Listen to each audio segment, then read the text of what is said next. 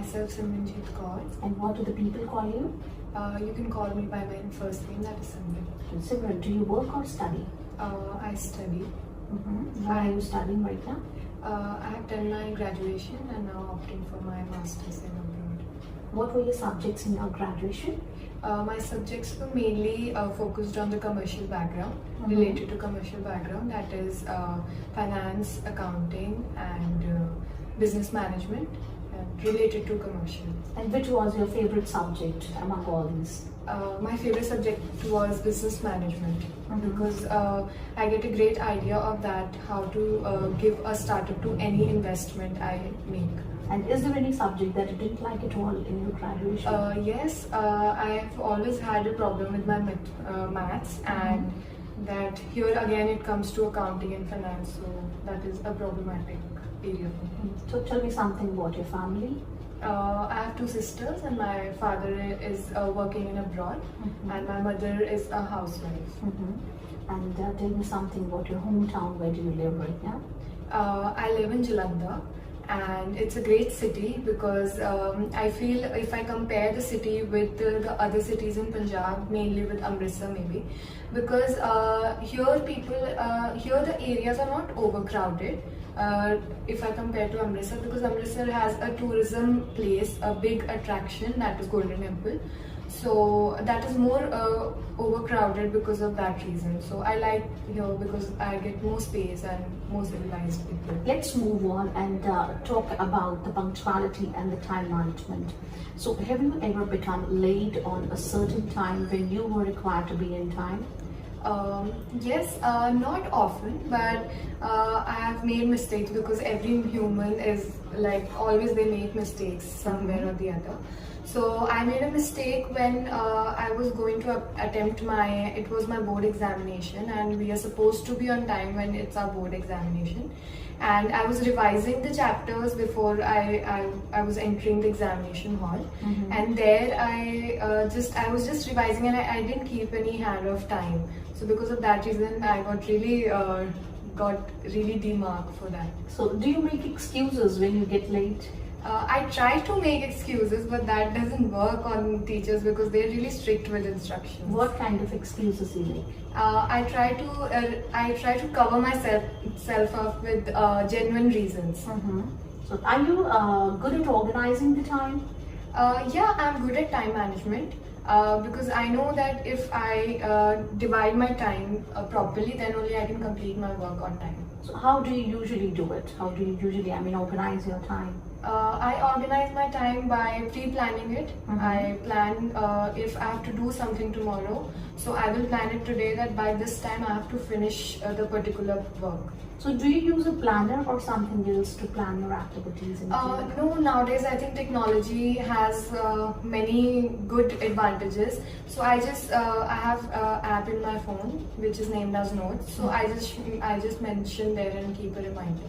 All right. And do you think that planning is important in our day-to-day life? Yeah, planning is really important in day-to-day life because without plan, the result you expect that is really below the belt. So it is very important to plan. And do you think that children should learn to plan the time? Yes, it is very important if we guide our children to how to plan their time and work according to time and be punctual. So it will really help them in future when they have to make great decisions about their life and career. And who should be given the responsibility of teaching children the time management, whether the parents or their teachers? I think both are equally responsible because half of the time children are also engaged with the school system and also parents are always there to guide them, but in a better way maybe parents can guide in how to maintain in all the criterias and teachers can guide how to maintain their studies or academics with time. All right. Okay, Simran, that's the end of your part 1 and we'll be moving to part 2 where you'll be given a question on which you have to speak for 2 minutes. You'll also be given 1 minute time to prepare the notes on the topic you'll be given just now. If you want, you can make the notes in your notebook. So your topic of the day is about the opinion. So you have to describe about the time when you changed your opinion. A time when you changed your opinion. And your time of making the notes and preparing your answer starts now.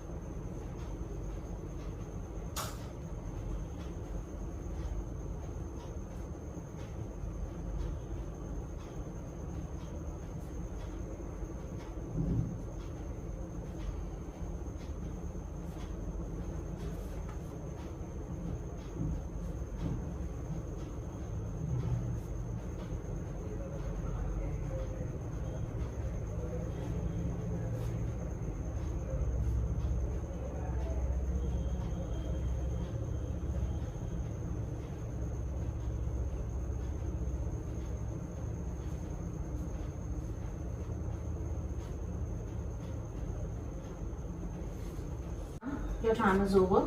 Would you like to start now? Yes, ma'am. Yes, so you have to speak about the time when you changed your opinion. It was 2 months back that I changed my opinion when I have to attend a seminar on daily life discriminations that is faced by both girls and boys. But in our oversympathetic society, I always got to hear that how discrimination is on girls always, that girls should be preferred more preferred on every area, and boys, because in front of boys many of the elderly people always prefer that no, girls are no less than boys, or because at that point of time we should consider males feeling also, because we cannot just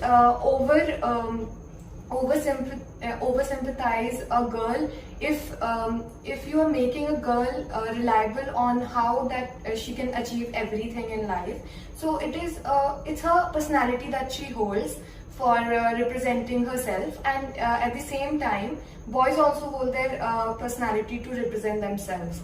So in that seminar, many people were questioning the host that in our society, in our families, people say that girls should not do this or should do this, but they're always compared to boys. So I think we should always keep both the genders equal, because everybody has their right to do everything in life.